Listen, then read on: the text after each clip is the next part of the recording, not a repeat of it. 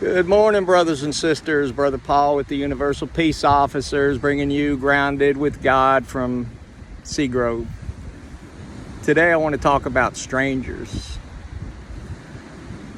You know, God has kind of shown me something today that I've kind of known but forgotten, and that is that we're all strangers walking this earth, and that how we react and interact with strangers can tell a lot about how we interact with God and how we interact with ourselves.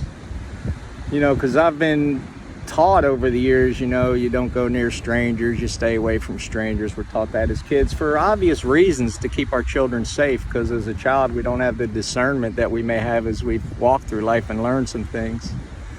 You know, in the way society's going today, there's so much fear and anger and angst that we're hesitant to interact with strangers. You know, I've been trying to be more forthright in my greeting of people and trying to share peace and love in little ways as I meet people along the way. And I've noticed that people are a little bit apprehensive, more so than they were 5 or 10 years ago, because obviously of all the craziness that's going on in the world. So I've got to ask God for discernment when meeting strangers, but I also got to look to God to get some guidance on how I should interact with strangers, you know, because God tells us to not forget to show hospitality to strangers, because in doing so, we may be showing hospitality to angels. That's Hebrews 13:2. God tells us, do not forget to show hospitality to strangers, because in doing so, you may actually be showing hospitality to angels. You know, the Sheeps and the Goats talks about the things we do and don't do for God, and how he measures our success in that rate is by how we do things for other people. So you guys check that out. Sheeps and Goats, Matthew 25. God gives us instructions on how to treat one another. I met a stranger down here on this journey, and we got some time to talk, and I got a little bit of some questions and some things we did together that I'll be sharing in the near future. But JT was a stranger I met. And when I approached him at first, it was with a little bit of cautiousness, but I allowed God to let me read his spirit, and JT read my spirit, and we were like kindred spirits, and really just trying to spread peace, love, and compassion through different ways based on the things that have happened along our journey in life. And JT's got a different way of doing what he's doing, but he's out there loving everybody every day, and it starts with taking care of Carrot, the Seagrove cat.